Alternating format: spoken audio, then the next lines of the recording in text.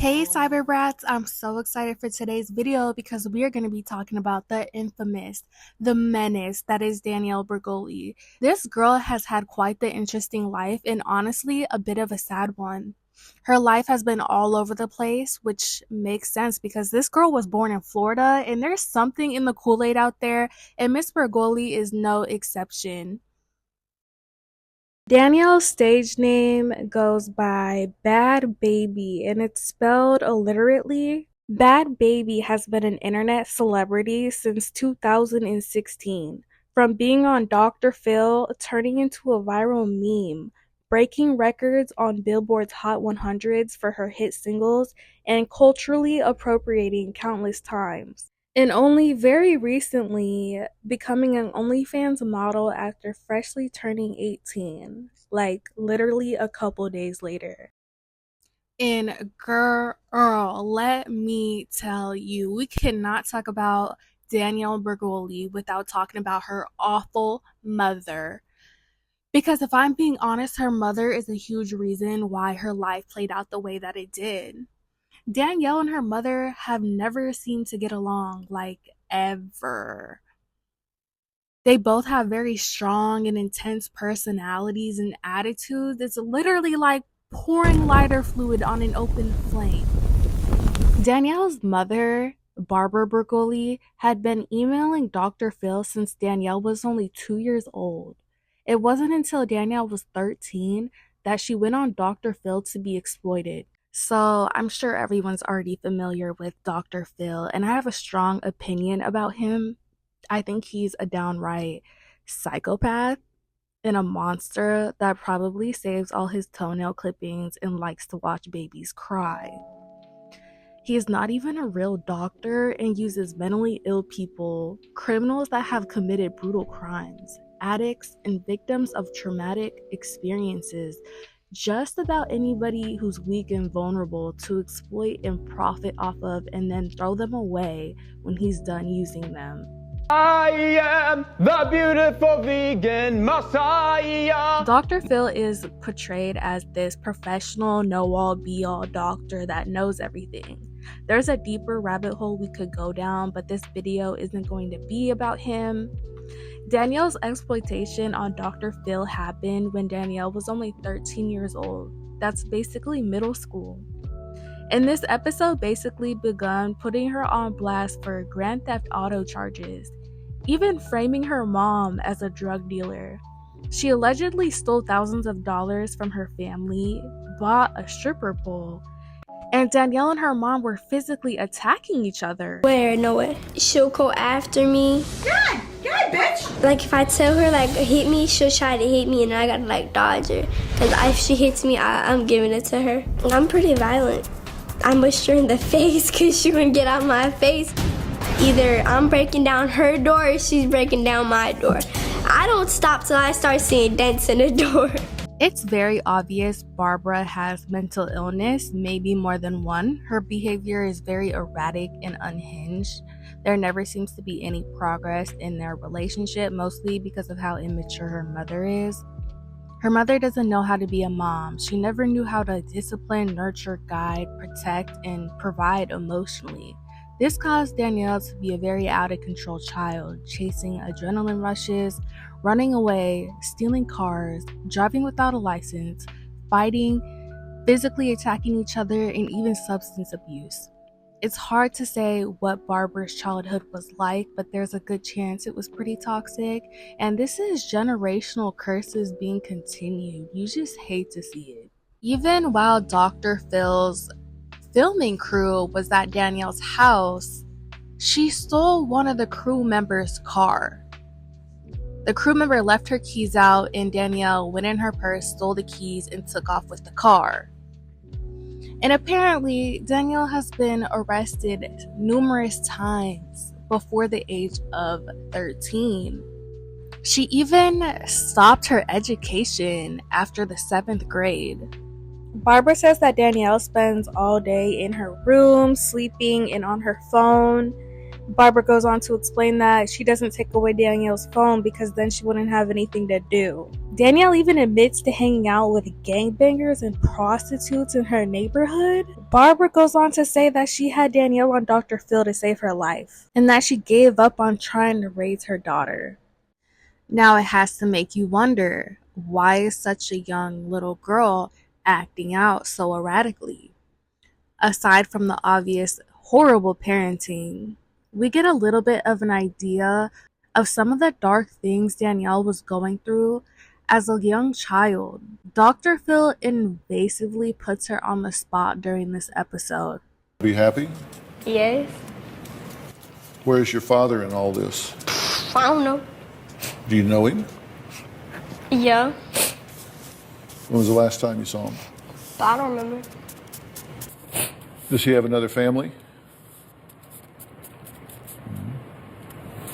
Did you ask to meet that family? I don't even need to. I don't want to, and I don't need to. Have you been hurt along the way? Has somebody in your life hurt you? Has somebody in your life taken advantage of you, done something to you that you couldn't fight Nope. back? Nope. Dr. Phil, you really know how to kick somebody while they're already down. Someone in the comments said this is the worst thing they could have done to her, and I actually agree. This is just so distasteful and humiliating to do to a child. It isn't until years and years later that Danielle opens up in an interview about experiencing childhood sexual abuse multiple times, even around the time of this Dr. Phil episode. And I was sexually abused as a child. Twice, actually. 2 separate occasions. So sorry. From when I was 3 to 6, and then from when I was 13 to 16. I think Danielle has shown a lot of growth. She went from never wanting to talk about this to openly talking about things too many children go through. And this explains a lot of her out of control behavior as a child. Now, you're probably wondering where Danielle's father is in the middle of all of this. His name is Ira Paskowitz. I can't say his last name. That shit is too hard to say. And coincidentally, he happens to be a sheriff for the Palm Beach Police Department, which who would have thought Danielle's father would be a cop? Not me. Plot twist. Danielle has claimed to want a restraining order on her father because her father was on Facebook saying that Danielle's mother, Barbara, constantly beats her. And Danielle then made a post claiming that her father cheated on her mother and walked out on their lives. In a statement made by Danielle's father, he, quote, says, "There is a video of the mother with mental disorders hitting my daughter once more, and she was removed from Instagram. But it shows that the mother continuously beats my daughter, and the state attorney's office calls it corporal punishment. You have no idea what my daughter is going through now and in the past. You had the responsibility to protect my child and defend my parental rights. You failed." And he's talking about the state attorney's office, which honestly is really sad and disappointing to see. That I've missed. I'd always pay child support. And we thought that if Barbara would just raise Danielle, and even the court said I could have visitation. We even set up some supervised visitation, and she didn't show up.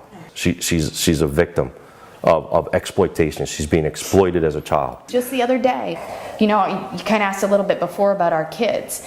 We ended up telling them about Danielle, and again, it was like, oh my God, we've got to tell them that they have a sister this way, versus how we had really hoped that we'd be able to talk with them about it. One of the big things to talk about my boys, Danielle's always wanted to meet my boys, her brothers, her half brothers. Mm-hmm. And Barbara wanted me to introduce the boys to her last March. And I said, Barbara, it'll happen, but they need to go. I wanted to do it through a social worker or a psychologist, because you can't just tell these 2 boys, 9, 11, or they were actually 8 and 10 at the time, hey, here's your sister.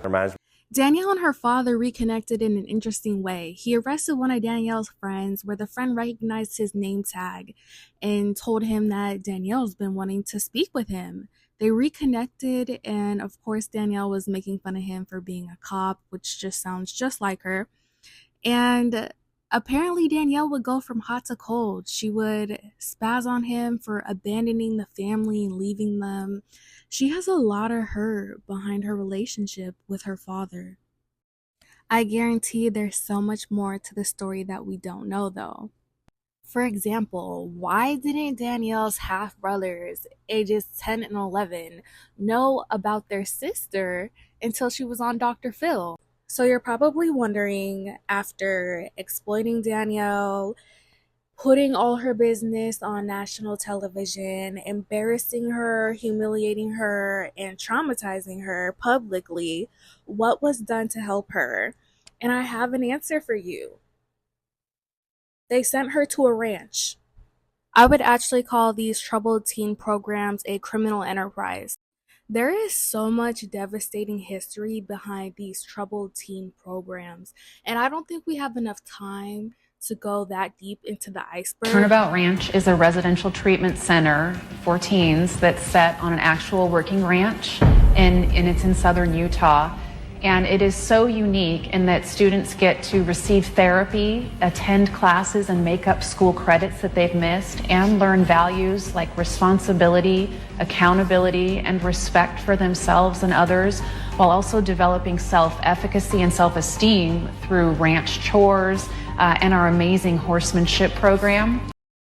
These troubled teen camps accept kids who are acting out, maybe dealing with a lot of trauma, addiction, mental illness, a toxic home environment, maybe not doing so well in school, and the parents either hate them or don't know what to do with them, so they send them to these camps for a bunch of strangers to reform their kids. Parents are paying over $100,000 to send their kids to these camps. Unless you were exploited by Dr. Phil, then I guess you get sponsored by him to go. These troubled teen camps literally have staff go to the victim's house, drag them out of their bed while they're sleeping in the middle of the night, kidnap them, throw them in a vehicle, and drive for hours in the middle of the night, taking them to an undisclosed location in the middle of nowhere so that you can't run away. And every single teen that they transport this way has this exact same reaction. It absolutely traumatizes them, takes away their consent, their free will, their privacy, their decency. They're actually called juvenile transporters, Annalisa. No, dog, go Hold on, listen. away, dog. We have custody of you right now. No, God.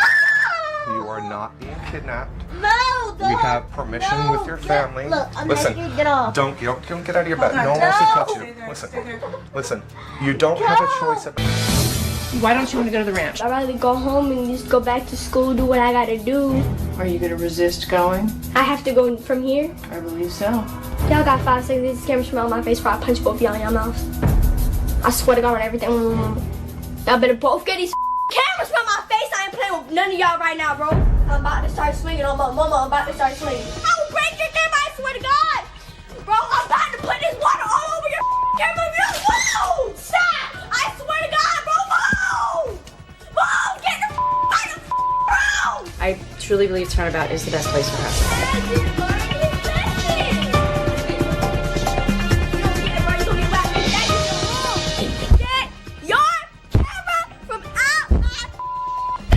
I don't care if she's upset. Hands down, this has to happen. Apparently, Danielle was there for 6 months when she was really only supposed to be there for 3, and she only got to see her mom after 50 days of being there. During this time, Danielle was going completely viral in mainstream media for her Dr. Phil episode, and she had no idea the entire time she was there because she didn't have access to the phone or internet. These camps are completely unregulated. They don't have any cameras. In fact, Paris Hilton has a documentary on YouTube called The Real Story of Paris Hilton, where she opens up about her trauma of being kidnapped and taken to a troubled teen camp at the hands of her own parents. I'm in bed, and these two people come into my room,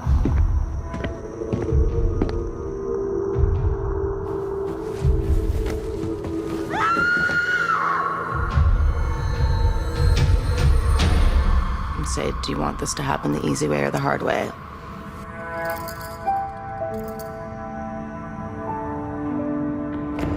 I'm trying to just run.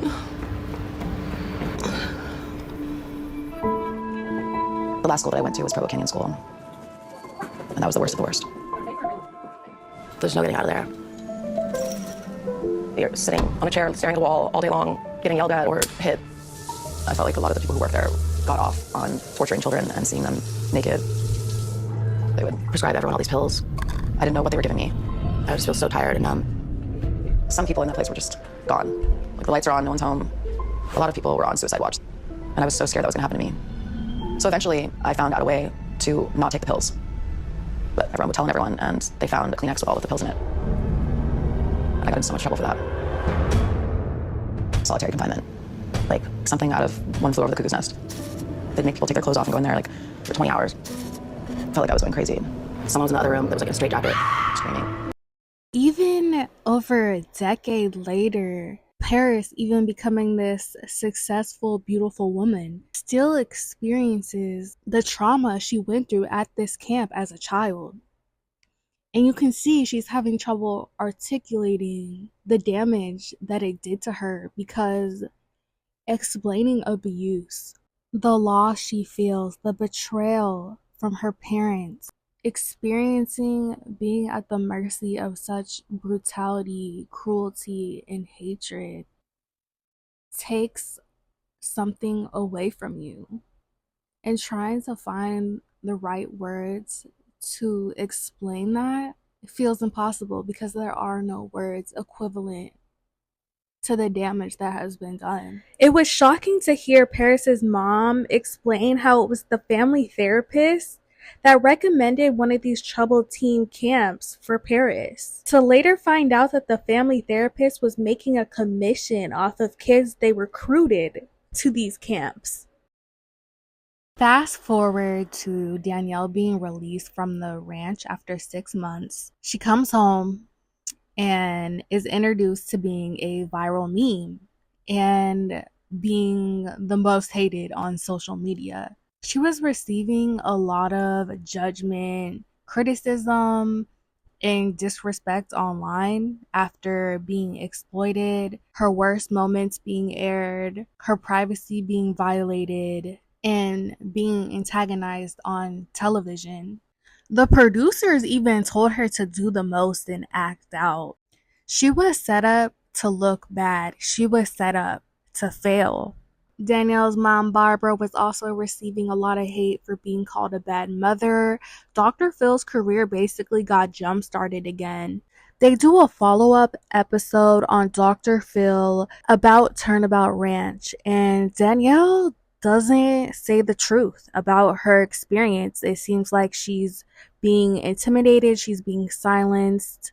You can tell that she's being repressed, and I almost get an institutionalized feeling from it. She reminds me of how people act after being incarcerated.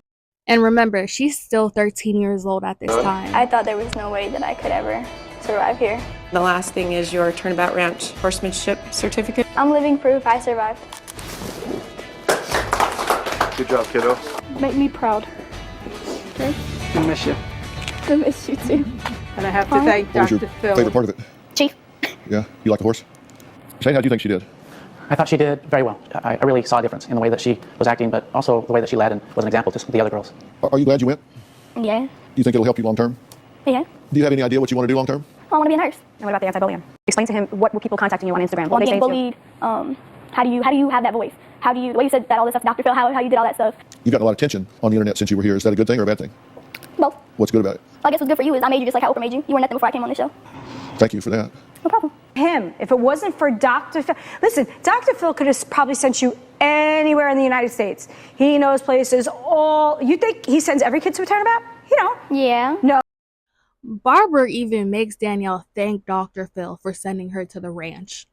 And spoiler alert, Danielle and her mother's relationship don't get any better from here on A out. huge bombshell was dropped in the news, not by Danny, but it did have everything to do with her. A girl named Hannah Archuleta came out in the news with a terrible experience that she had had at Turnabout Ranch when she was a kid. And just like Danielle Bregoli, Hannah had been sent to Turnabout Ranch after appearing on the Dr. Phil show. Hannah alleges that she was transported to the ranch against her will, and within the first 2 weeks of being there, she was sexually assaulted by one of the camp workers. An older man molested her in a barn. She was scared to speak up about what she'd experienced, but eventually she went and told one of the other camp workers who, instead of doing anything about it, instead of helping her, instead of reporting it even higher, they punished Hannah for daring to speak up against one of the camp workers. They forced her to go out and labour with the horses for hours in the freezing cold, and that night she was made to sleep on nothing but a wooden plank because she had been assaulted. What the fuck? All that while her abuser is actively being protected and allowed to still work with all of these kids. It horrifies me that there was sexual assaults going on actually quite regularly. And that's not just about Turnabout Ranch. When I say sexual assaults were going on regularly, I mean just across these camps in general, across America. So many of them have these allegations. It's horrifying. There was no one at these camps that the kids could actually trust and actually confide in. All of the adults were working together and covering for each other. It was kids versus the adults, and who was going to believe the kids? Danielle worked closely with Paris Hilton's documentary production crew to release a video on YouTube called Breaking Code of Silence, where she calls out Dr. Phil and exposes the troubled teen industry, the abuse and torture that took place on a daily basis, and even a murder. So, Dr. Phil, I'm going to give you from now till April 5th to issue an apology, not only to me, but to Hannah and any other child that you sent to Turnabout or any other program like this, and if you don't, I'm going to handle things my way. So part of the whole Dr. Phil show is they send these kids to either Turnabout or these other programs that are also in Utah, but they're all wilderness programs and they're all fucked up.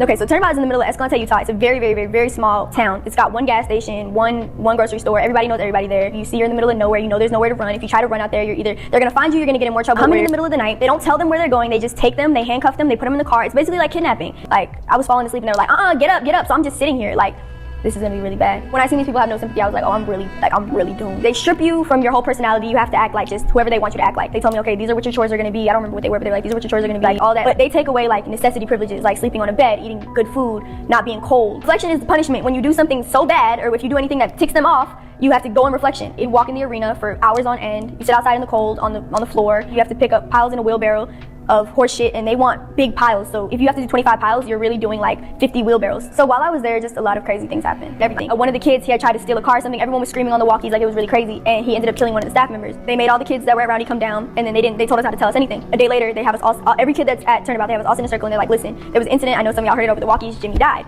And so we're all freaking out because Jimmy was, like I said, he was one of them that was there the first day I got there. He was really sweet. Not only did Jimmy die, but one of the other staff members that was there at the time, Alicia, who was the daughter of the nurse. Alicia, she was also injured, and 2 years later she died, and she was also left disabled after being attacked by Clay. So the mother of the kid Clay who killed the staff, she was married to the brother of the president of the program, which I also believe is a conflict of interest. I don't know why they would do that. So a boy in the program was so desperate to escape the ranch, he beat a staff member to death with a metal pole and left another woman disabled. Keeping kids sleep deprived is a severe form of torture. People have said it's worse than being waterboarded. These are torture methods that the military uses to break people. If you're wondering what Dr. Phil's response to all of this was, is he claims he had no idea about any of this going on, even though the murder that took place was literally on the news. And a lot of people believe, including Danielle, that Dr. Phil was somehow being compensated for sending these children to these camps. Now let's clear this up. These camps were not made to help children. The foundation was made broken, designed to flourish under corruption, exploiting vulnerable children and families going through hardship. Reminds you of Dr. Phil, doesn't it? No wonder they work so closely together. While they're able to profit, use that money to weaponize more control, more power, coercion. And by profiting off of abusing troubled teens, they're picking the perfect victim, a troubled teen who might not have the best credibility, or their credibility ruined on Dr. Phil, to be able to get away with their malpractice. You can also see how this industry is satisfying sadistic people who enjoy hurting children, who enjoy control, and not just control, but the power to abuse.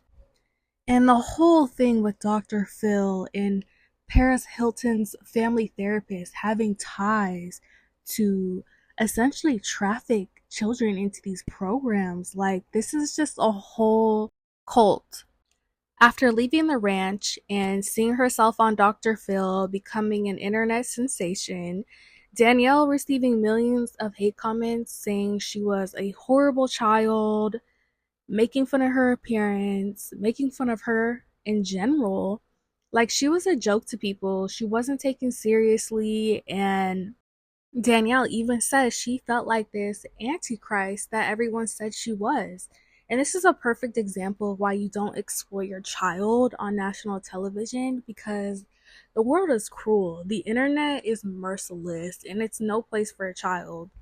Also, something I'm just confused about is, what were they expecting Danielle to do after Dr. Phil and going to the ranch? Was she just supposed to like go back to school, where she probably would have got bullied for all her business being put on TV, and then deal with a bunch of hate online after embarrassing herself, and then was expected not to turn back to drugs to try and cope with all this, and then not have resentment for her mother for making her go to a program in the middle of nowhere to be abused for 6 months?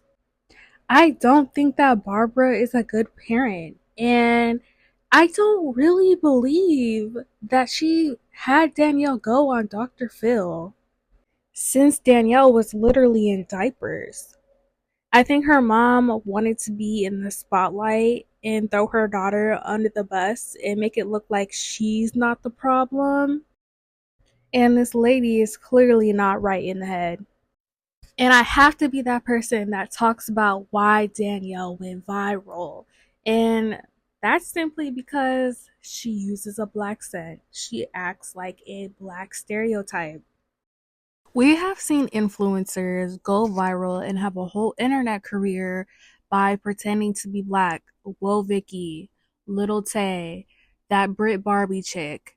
And it's no coincidence that she says her accent comes from the streets, and she puts these braids and cornrows in her hair. She uses these dark filters and dark makeup. She goes for black men and became a rapper. And y'all, the only benefit of the doubt I was giving Danielle was that I had never heard anything about her saying the N-word until I looked it up. And I found this video. My nigga ain't even fuck me like that. My nigga see his red when they remember the beat. And I been doing shit some things. I wanna fuck niggas claim that they're nigga. I tell my niggas out the club. I want a nigga to sneak me. The pussy nigga sneeze, we gon' bless him. I choose. Mr. Fuck nigga, you gonna call that fuck nigga?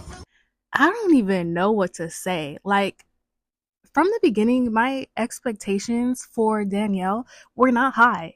After seeing how she was raised, knowing that she dropped out of school in 6th grade, knowing she's abused substances, the lack of guidance, how young she is, I don't have high expectations for her. Her behavior isn't surprising at all. The black stereotype that Danielle embodies has been a main topic of conversation for people online. And I would say Danielle has spent half of her career, if not most of it, fighting the allegations.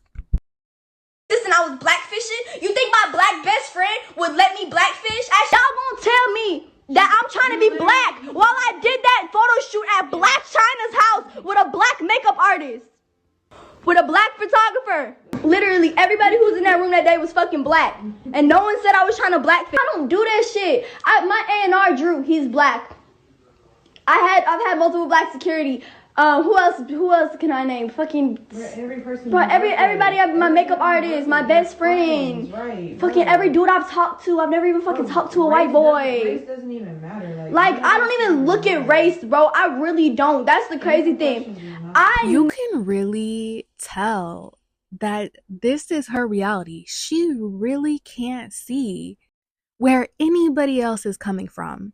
She really pulled the I have black friends card and says she doesn't see race but would never talk to a white boy. She lacks critical thinking skills, and this is why And this is what happens when a platform is given to a kid without supervision that lacks guidance. And any fucking videos y'all want to bring up of me saying the N-word, I was saying it in a fucking song. I was fucking 13. Where I grew up in Florida, I didn't know no better. We all said that shit. We all said that shit as guy. It means guy. It's not, I never said, oh, fuck you, N-words. I never said nothing like that. You'll never find a video of me saying it. The only time you'll ever find a video of me saying it is going to be an old video from when I was 12, 13 years old, singing a song. Literally, all she needed to do was say that she was sorry and she understands that saying the N-word is wrong.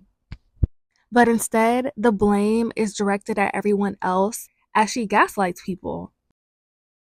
Y'all say that I try to be black because I grew, or maybe a reason of me trying to be black because I grew up in the hood.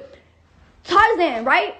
The story of Tarzan, he grew up around the bears in the jungle. He didn't know no better. The monkeys, whatever it was, the monkeys or the bears, whatever the fuck it was. I thought his friend was a bear. I thought it was a bear.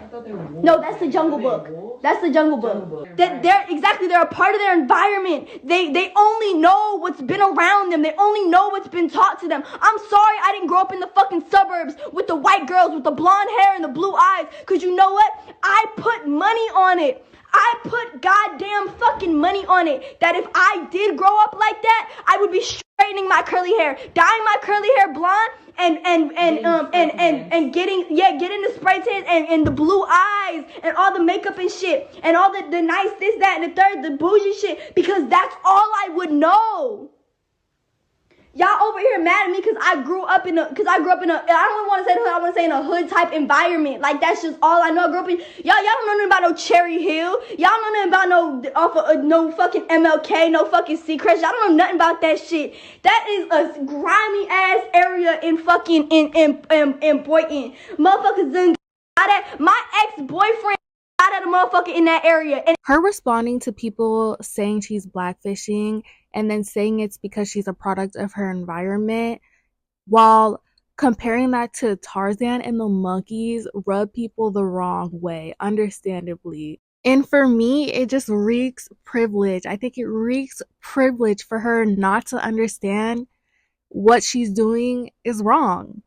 And this is a great example of how a lot of white people don't understand racism. It's like trying to get them to see a ghost. They do not get it. It is not their experience. It is not their reality. So, like Danielle's responding now, she's completely confused and clueless. Personally, in my opinion, I don't believe that Danielle is racist. I think she's done and said racist things.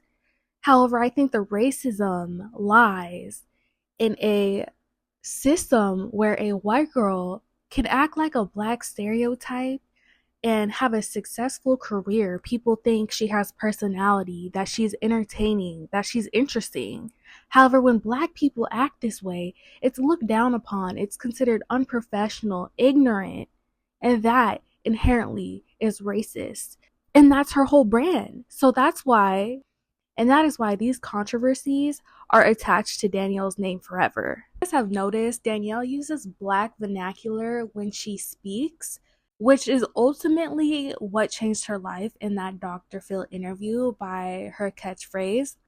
And this accent comes from all the way back to slavery, when slaves were not allowed to learn how to read or write, oppressed by anti-literacy laws. So it wasn't until after the Civil War that African Americans were allowed to learn how to read and write, therefore making their dialect and vernacular sound different.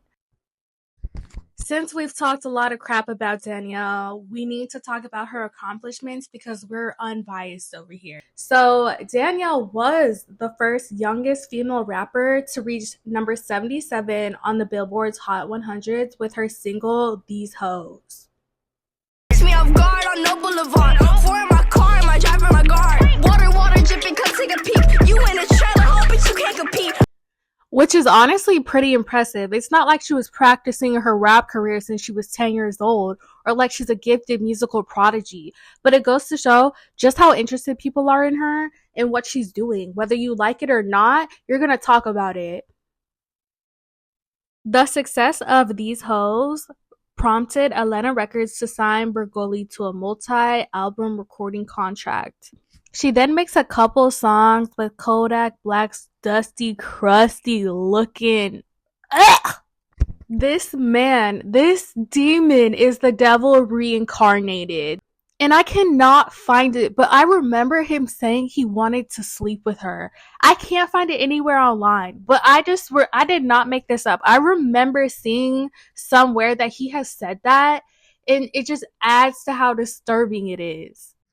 This demon has a horrific, violent criminal record, including SA of an underage girl. Danielle was even asked in front of paparazzi and her mother if she had slept with him. And this is a common thing where interviewers or paparazzi ask extremely invasive questions like this to a child. Oh, you denied that, right? That you had like a thing or whatever. He's 19! Okay. He fuck with Kodak, bro. Okay. Okay, we got. And in fact, Danielle's father has came out and expressed his distrust for these rappers Danielle has been exposed to and hanging around. He recalls Danielle talking on Skype with Kodak Black and Kodak telling her that she should sleep with the guy she's talking to. How disgusting. Danielle's father goes on to say that the biggest fear is her psychological and emotional well-being from being around these people and being exposed to their drugs, their cursing, their sex, and really concerned about retaliation, of possible drive-bys, and possible violence. He goes on to say that Kodak is an adult who's a convicted felon. He shouldn't be around children, especially my daughter who is very vulnerable right now. And I feel bad because if my child was being influenced by Kodak Black, I wouldn't be sleeping at night. You know, Danielle and her mother have made her father look like he's some horrible parent. However, he seems to be more morally sound than her mother. Her mother condones all of this. Danielle also took the opportunity to put her name and face on a cosmetic line called Copycat Beauty, which was basically dupes of brand name cosmetics. She went to Jeffree Star's house and gave him a PR package for him to see if it was Jeffree approved. Shade is from the side, or no? I'm like, girl. And then there's the peachy kind of one. Okay, let's watch this one. Okay, purple looks a little streaky. Let's do that again. I mean, you obviously have to finesse it. Crazy? It doesn't look bad. Yeah. I'm never gonna put these on my lips. I'm never gonna put these on my lips. Oh my gosh. This smells like paint. It smells like crayons. It smells dangerous. I'm sorry. It smells dangerous. It's on my chin, just to see what's gonna come up. Oh, okay, so we're just adding chalk to the chin. The next step in this beauty video is to add chalk to the chin because bitch, look, I just developed 2 pimples just now on camera. Is that a first? A pimple just appeared on camera for the first time in history, bitch. What? Let's watch this darker color over here on my face. Nothing. Literally nothing. I'm not even gonna continue. But regardless, Danielle was in her bag. Touring, cosmetic line, collabing, features. She was doing it. Danielle even had a show on Snapchat where we got an inside glimpse of her day-to-day life. And we see that her and her mom's relationship is still as horrendous as ever. We get an inside scoop of Danielle's day-to-day challenges through life, personal problems, and her career. Danielle has a bodyguard named Frank that she's very close with. I would say the line between bodyguard and employer has been completely blurred. He's more like her babysitter. And Danielle has even said she only cares what he thinks. And he's the only one that Danielle really listens to and respects, and that has caused Danielle's mom to build a lot of resentment towards Frank, and she uses him as a pawn to punish Danielle when Danielle doesn't listen. You want to act up? He's gone. That's it. Danny's paying me more respect than her mother. There's a little resentment built there, and I became a tool to punish Danny. You go from being around people who don't care about you to someone who will stay up all hours of the night to make sure you don't sneak out the house. And it's pretty gross of Barbara to be doing this because this man is a whole person, not a pawn for you to put and throw in and out of Danielle's life whenever you feel like it, especially when this job is his employment. And he's actually a good influence on her, and they seem to care about each other a lot. And it really seems like she's projecting a lot of jealousy. You can see just how dysfunctional Danielle and her mother are. For example, it's Frank's birthday. So Danielle goes to the store, picks out all these ingredients to cook him a dinner. Literally just beans, rice, and chicken. And she doesn't know how to cook the dinner, so her mom starts taking over the kitchen to cook this meal. Danielle doesn't want to eat the food her mom made because she thinks that her mom is going to throw it in her face later and call her ungrateful. So she refuses to eat the food. They start bickering and arguing during this dinner that is supposed to be for someone's birthday. And Frank, caught in the middle, just says, "You know what, Barbara? I see your reasons and I see where you're coming from. And Danielle, I also think you have a point as well." And Barbara doesn't like Frank having Danielle's side in any shape or form. I'm not eating this. She wants to say she's doing something so she can call me ungrateful at the end of the day.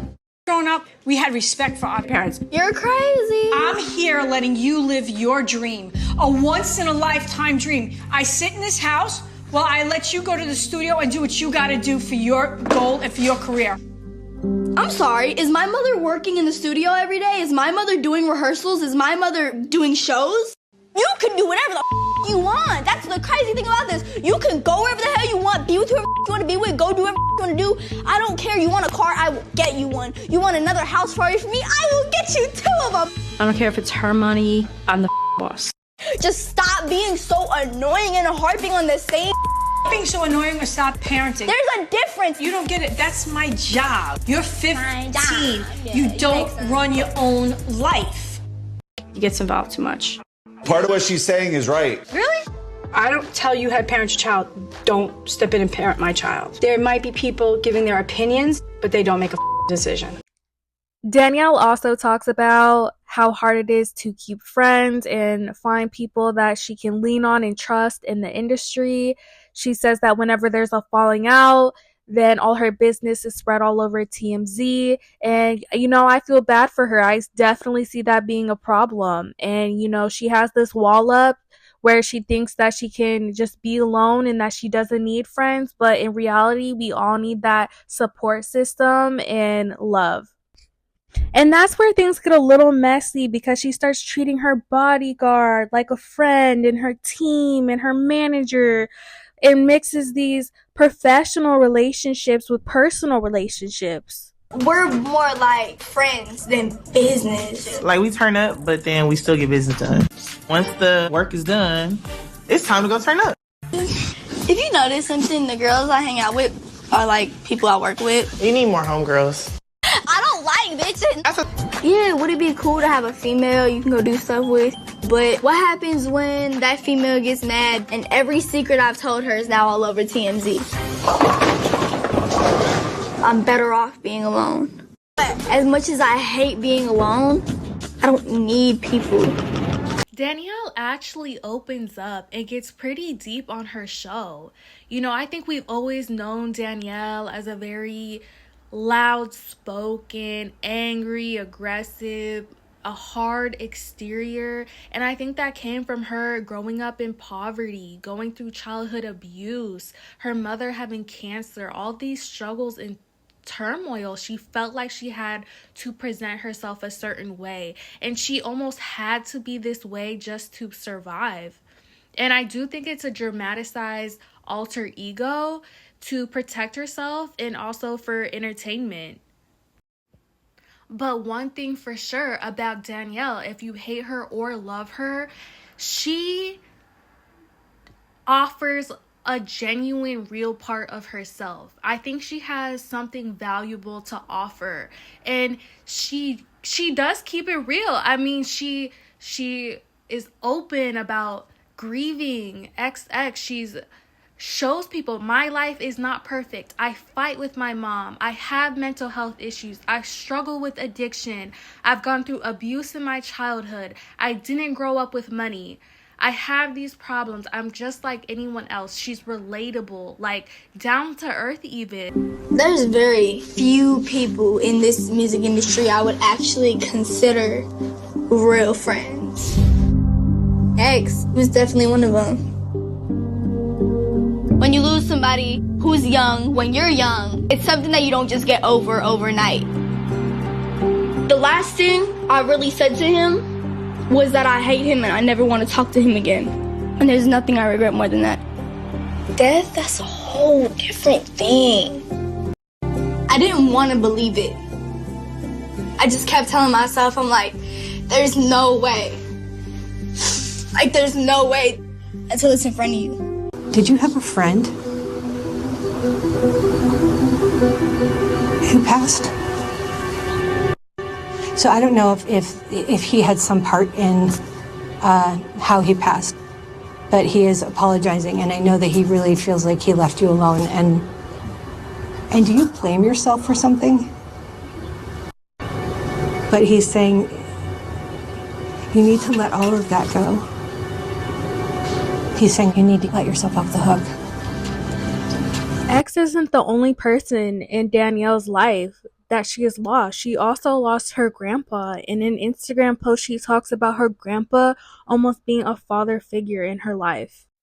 He would financially support her, take her to school events, take her to get her nails done, and even called her the baby, which is where her name originated from. We have a situation where we have a mother who has been incredibly irresponsible. She's been verbally abusive, physically abusive, neglectful, exploitative, and Danielle has no respect for her. And you kind of cannot blame her. She has this resentment towards her mother. Her mother has done some pretty unforgivable things. Then we have Danielle, who's been able to make a huge career for herself. She was being exploited in an adult industry, being over-sexualized, given a huge platform, adult responsibilities, dating to older men, talking to older men, and she feels as if she's an adult. She may feel as if she's been able to give her and her mother a better life than her mom ever could. She wants to be treated like an adult even though she's still a little kid. Danielle just wants her own free will. I give up everything so you can. What did you give up? What do you guys have in common? We're really good manipulators. I am not a manipulator. You are. I am biggest manipulator. I don't manipulate anybody. Karma's a little bitch. I know. Are you Karma? Frank has been gone for like 3 weeks. I got a tattoo when Frank was supposed to be watching me. I come home and she's got this. My mom kicked him out. She doesn't like the fact that I listen to him and I don't listen to her. Danny. Wow. Danny. Okay. Stop. No. Danielle, shut the up. I'm dead serious now. What? Yeah, so that's enough of that. My point has been made. They're pretty insufferable together. But you know what? You know when Danielle and her mother really get along? Is when they're teaming up to fight a stranger. And this is the funniest part. So this next altercation I'm about to show you actually happened when Danielle and her mother were leaving the Dr. Phil show. This is an altercation they got into on the plane leaving the Dr. Phil show to go home. Like, sis really couldn't just sit on the flight quietly and go home like a normal person. My mom was trying to help another customer get into her seat. This lady came pushing my mom, trying to run my mom over with the luggage. She said, "Oh, catch me outside. How about that?" Don't catch me outside! Come on, what's up? What's up? My mom went like this to prevent her from hitting me. And then as soon as my mom pushed me out of the way, then the lady went like this to my mom. I just went after her. Catch her ass! Yeah! Let cops come! Danielle and her mother had another altercation with a mentally ill drunk woman outside of a restaurant in Los Angeles. Go, Danielle, go, go. What about what's going on in fucking Shut your fucking tiny little face, bitch. Easy. Whoa, cash me outside, girl. How about that? Okay. It's good, it's good, it's good. It's all good. Cash me outside, girl. Hey, Danielle, hold that up. You don't like Trump? That's your problem. So get the fuck out of the country. Let her have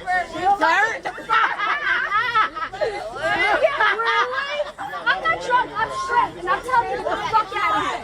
Okay.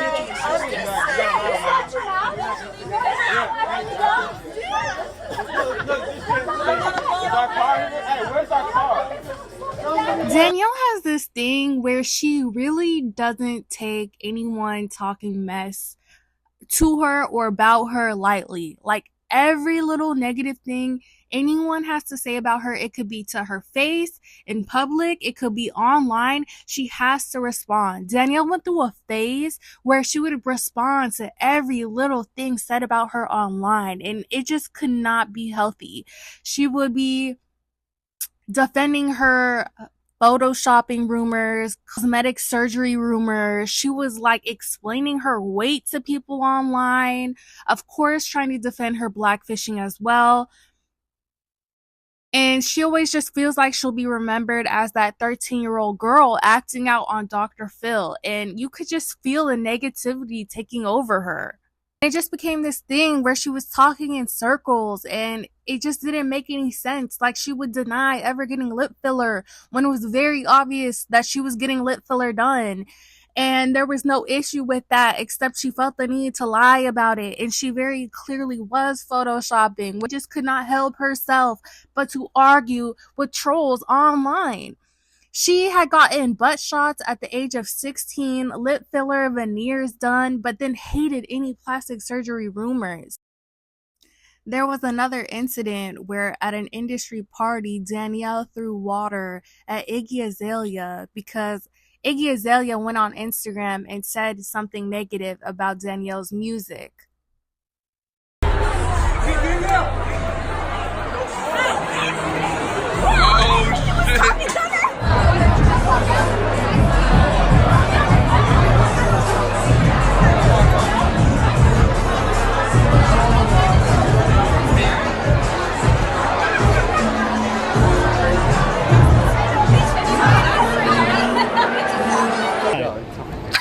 What you gotta tell the story. I'm not the one. Bitch is not gonna play with me. That's okay, but did that. No, bitch is finna say nothing. What drink did you throw at her? It was just water. It was just water. Yes, it was just water. And what happened? Like, did she step up to you? What did Iggy do? She was talking shit on Instagram, so bitch, you finna say something. Bitch, something's finna happen to you. Oh, and man. I can't get to her because I'm scared that's so not gonna let me. It was one of those so, on bitch, site. I'ma do what I can. So you was. What was it? Was it water? What she threw at you? I hope it wasn't alcohol. She's a little kid. She can't drink, right? What happened though? What caused that to happen? I can't. She's a little kid. Guys, security. Guys, please. Back up. Back up. Watch out, guys.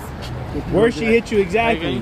She didn't hit me. She wasn't near me. Oh, it wasn't even near you. So she threw it from like far? a few bar tables back, a lot of people in between. Oh, you have great security. I had a gun. Okay, Iggy. And we have plenty of more incidences to talk about. This is the time that Danielle pulled up to Malu's house, a TikToker, and wanted to fight her and recorded the whole thing all over NBA YoungBoy. Come on, bitch, we in your neighborhood, ho! We in your neighborhood, ho! It's this way. It's right here. We in your shit, ho! Where you at? Where you at, bitch? Where you at? Oh yeah, tell him come behind with them. Come on, shawty. We here at her house. He gonna call the police on us. Look, come on.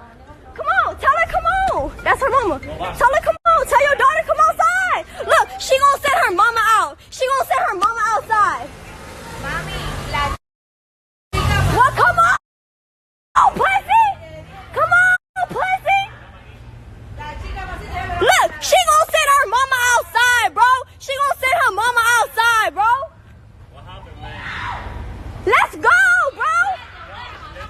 Because she talked shit about me, so I'm here to see what's up.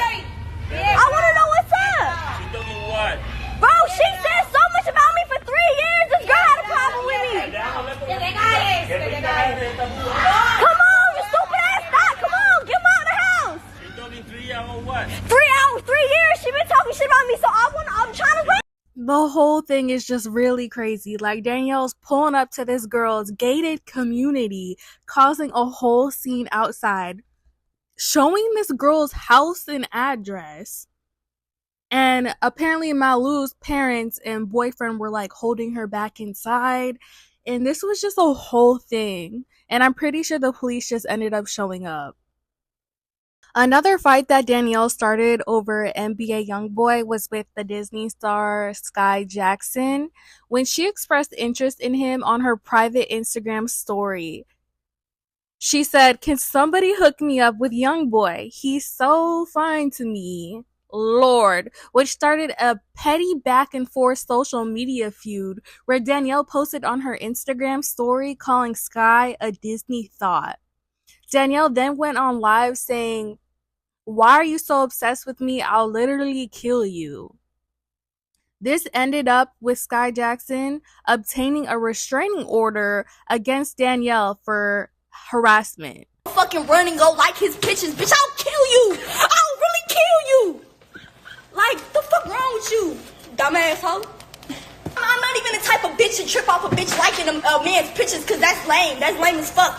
But my thing is, you sneaky. You're weird about it. You're dead ass going and waiting to like the thing is, you ain't never liked this man picture a day in your life. Ever. And then as soon as you see some shit, then you gonna go liking the man's pictures? Bitch, do you understand how bad I would dog you? You will never be able to walk again if I get my hands on you. Ever. Paige, you on your fence, or whatever the fuck you call it. You on there talking shit about me, talking about my tattoo, talking about, oh, she's so obsessed with YoungBoy's herpy dick and da-da-da-da, talking all types of shit about me and YoungBoy. Then you go posting him on the page talking about, oh, he's so fine, hook me up with him, he's so fine. Bitch, you are lame as fuck. You are lame as fuck. The next one of Danielle's victims happened to be Whoa Vicky, and if you don't know who Whoa Vicky is, it must be so nice to be you.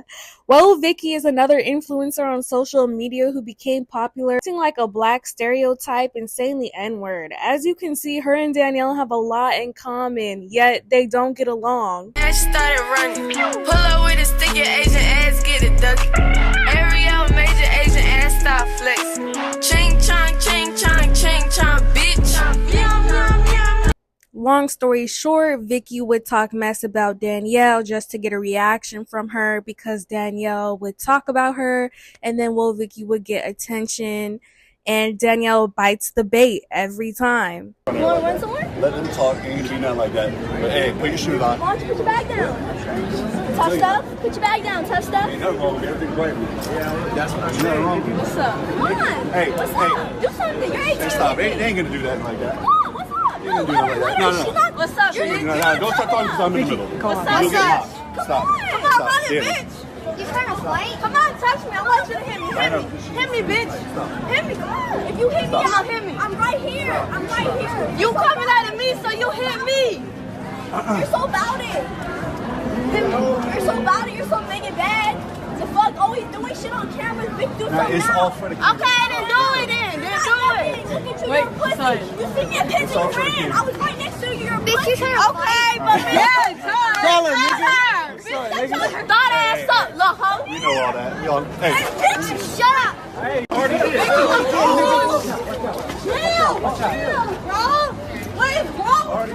Bro, okay, please. Bro, please. Bro, calm down, bro. Bro, where my phone at? Bro, please. Straight up, look out. Bro, get out. Get out. Then let's run it. Go. Then let's run it. That's what I thought. Nigga, a pussy, boy. You a pussy. Bitch, you can't do nothing. Y'all get so tough. Bitch.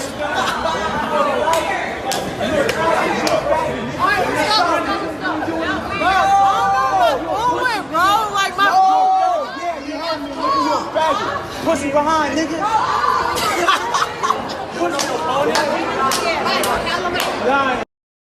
Yeah, so when they're not in public causing a disturbance, they're online being a complete menace.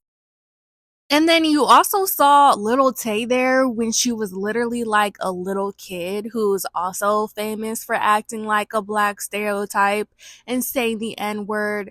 To be fair, it was her older brother making her do these things, but it's very interesting to see all three of them at the same place at the same time. And I do kind of believe this fight was staged, if you can even call it a fight. It was more like Danielle sneaked her.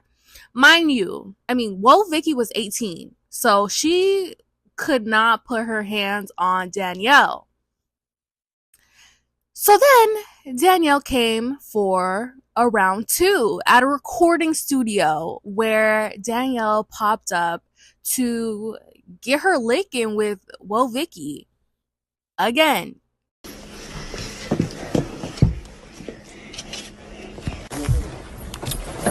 What you doing? Get off my. Yeah, came in and got beat up. Now you finna go. Who got beat up? Bitch, get off. Your ass beat. You stupid, bro. Came in and got beat up. You dumb as hell. Why you go there? That'll be. Is this so crazy? I'm slating your ass. Wait. You not even let me get to you. You finna skate, so I don't know. You crazy, bitch.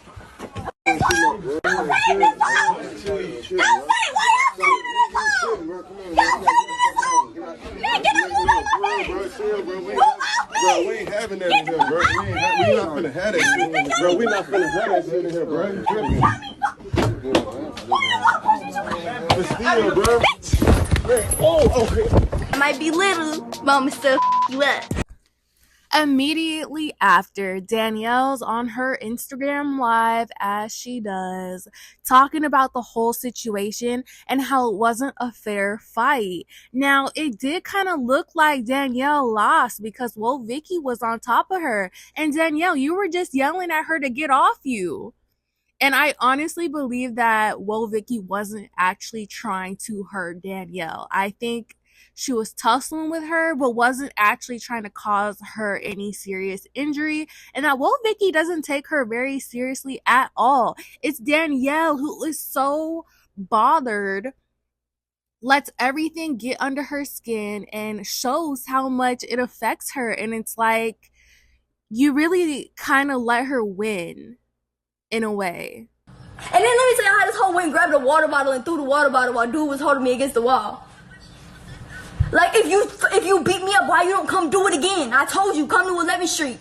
If you beat me up, why you don't come beat me up again with no dudes around, no one holding me back? Show them how you beat me up. Show them where's the full video? I don't want to hear nothing till y'all see us face to face, nobody holding me, and you see me run up on the bitch. I want y'all to see how she got on top of me to begin with. Stop fucking playing with me. Y'all didn't see, y'all noticed there's a whole clip missing. From me running up on her to us on the floor. Y'all don't see how we got on the floor. Like, what is wrong with y'all? Y'all don't see how we got on the floor. This girl was throwing all these punches. She's throwing all these punches and didn't hit me one time. All these body shots, but to whose body? To whose body? I've won some, I've lost some. Y'all seen the video of me getting my ass beat years ago off of Xanax. Like, y'all see, I know what it's like to get beat up. My lip was busted on the inside. You have some type of something to your face if you get beat up. This girl didn't hit me in my face not one time. You see her with her hands on the floor. Why are you not dogging me while I'm holding on to you on the floor? What's wrong with you? If you could fight, why you wasn't doing all that? You throwing all these body shots and I'm moving and dodging them, sweetie. What is wrong with you? In this live where she's talking about the Vicky fight, she mentions a time where she got beat up while she was on Xanax. And she confirmed something I already had thought, but I wasn't sure if this actually happened because I couldn't find the footage of it. But right after Danielle did Dr. Phil, the next news story to come out about her that was trending was about her getting beat up by like a 12-year-old girl while she was high off Xanax. And the fight was brutal, but it's so hard to find the video of it, and this is the best I could find of it. Somebody big and bad out there, and you're not gonna win every fight you get into, but you're not the fucking Incredible Hulk. Come on, run up on him, man. Oh shit! Yeah. First quarter. Get up! Get your ass up! Get your ass up! Get your ass up! Oh shit! Oh shit! Hell nah, you getting wet, shit. Break it up, stop. Next round, break it up. I can't do this no more. I can't do this no more. Oh my god! Put your phone down.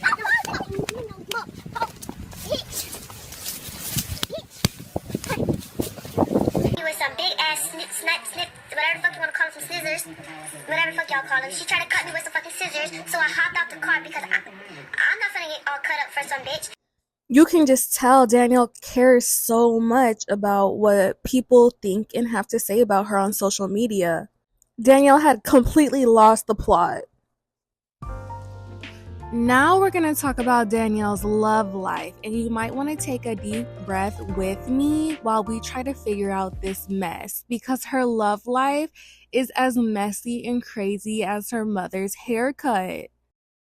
It's been assumed that Danielle was dating rapper NBA YoungBoy. I don't know if it was his name tatted in huge letters on her hand that gave it away.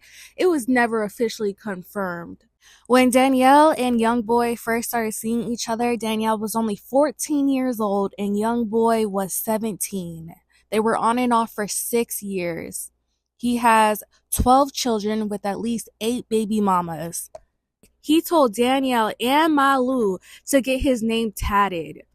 Danielle's the only one who didn't use her critical thinking skills and got his name tatted. It's concerning considering he has multiple baby mamas. He never had any intention of taking her seriously, yet told her to make this very permanent decision.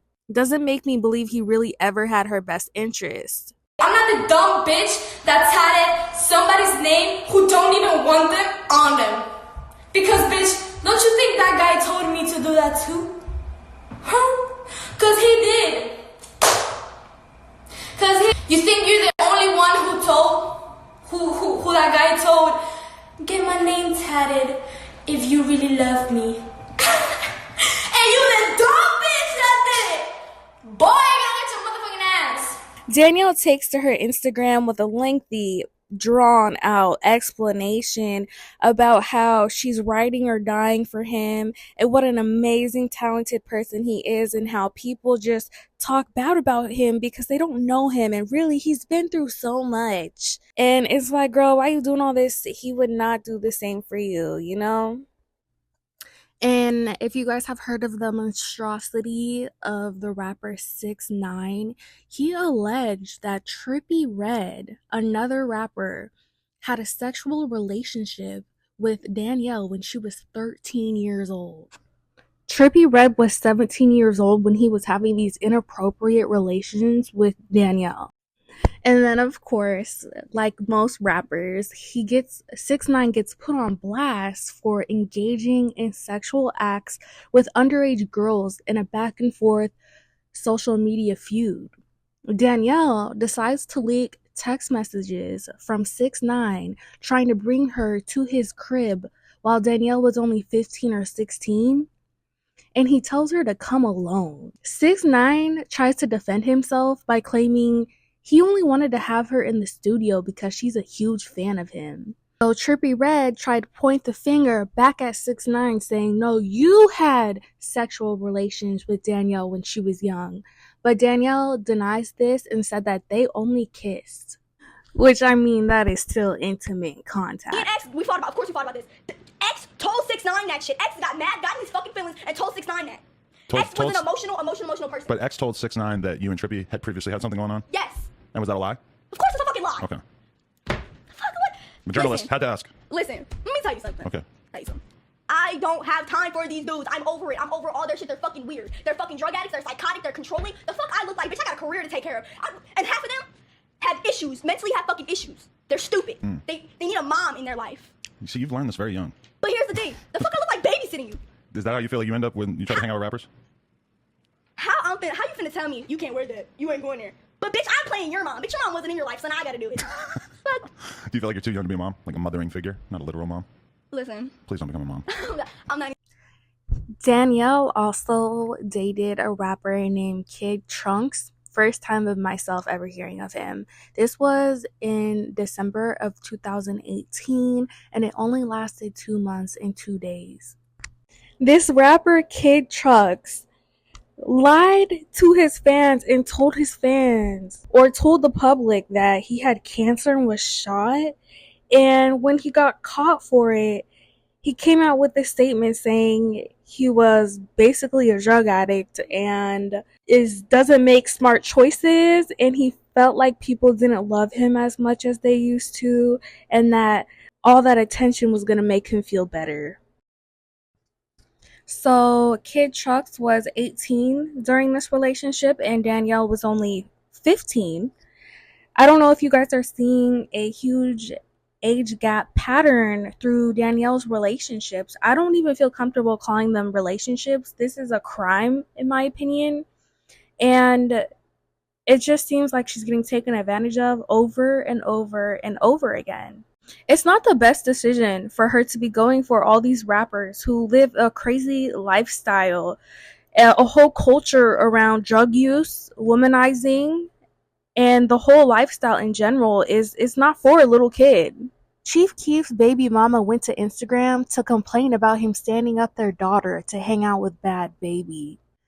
The rapper Chief Keef, also known as Sosa, is a Chicago drill rapper, and he stood up his daughter to hang out with Danielle when Danielle was 16, only 8 years older than his own baby girl. So I have Chief Keef's birthday, his last name, his name, his nickname, and his, I have CK on my ankles, then I have his last name right here, and then I just covered his birthday up here, and then I have So on my ear, and then I have Keith on my wrist. Oh, damn. Why'd you cover his birthday? Because I'm sick of it. Okay, but you're keeping the other one. No, I'm getting them removed. Okay. I am just tired of being delusional. In 2022, Danielle hit a rock bottom where she checked herself into a rehab for abusing prescription drugs and childhood trauma. This is around the pandemic and the George Floyd devastation happened. So a lot of people were voicing their hatred for Danielle not posting a black square on her Instagram feed, which was a social media trend where anyone could show their solidarity for the Black Lives Matter movement. That's when her team came out and said that she was in rehab. And once she got out of rehab, she posted her little black square, and it's like, what is even the point when you have to bully somebody into it, you know? Also in 2020, Danielle started dating a rapper named Young Bands, and he was 20 years old and Danielle was only 17. She posted a video of her in the mirror and Young Bands was in the background laying in a bed.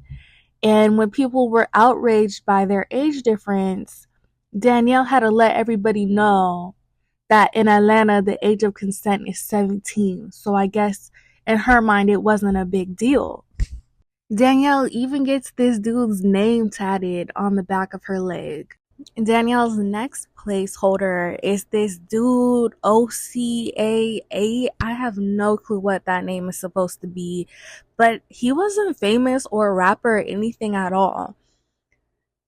They dated from 2020 to 2022. He was 20 years old and Danielle was 17. And y'all, he has Danielle's whole face tatted on himself.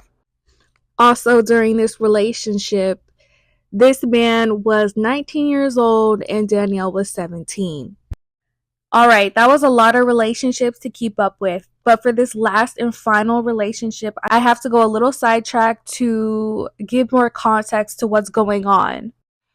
I was so mad because I forgot to mention at the beginning of the video when we were talking about Danielle's mother that she had cancer, breast cancer, twice.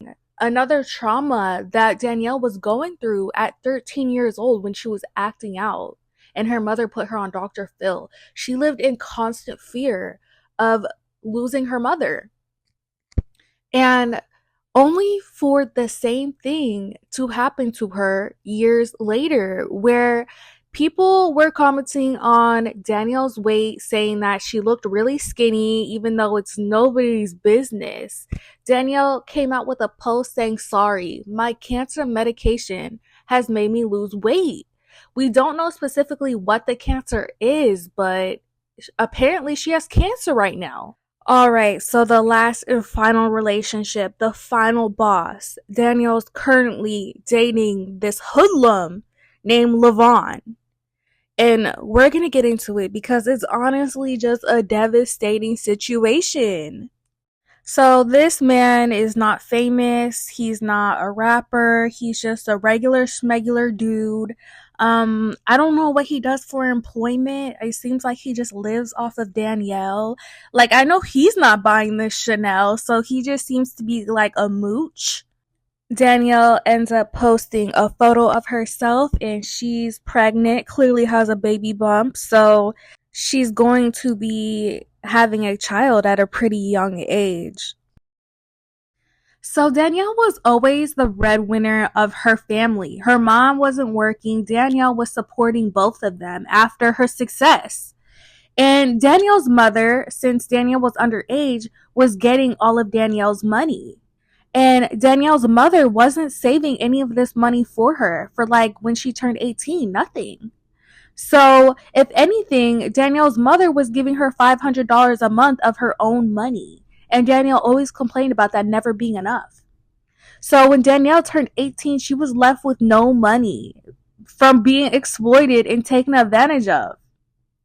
So, I guess it was a group decision with her team to start OnlyFans like days after she turned 18 years old, which is pretty disturbing. She made like $1 million the first day. It was crazy.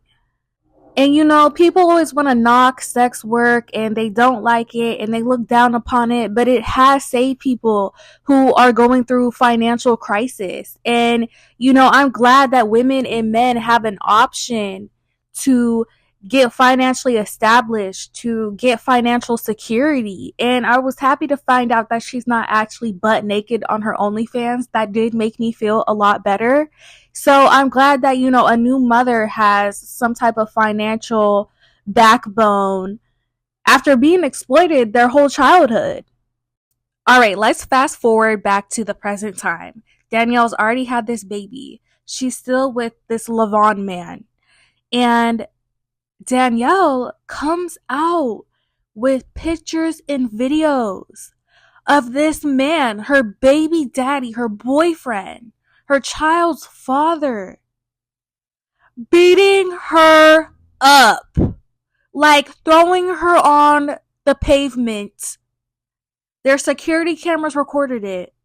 In a picture of her face with her eyes swollen shut, like this man took a closed fist to her face.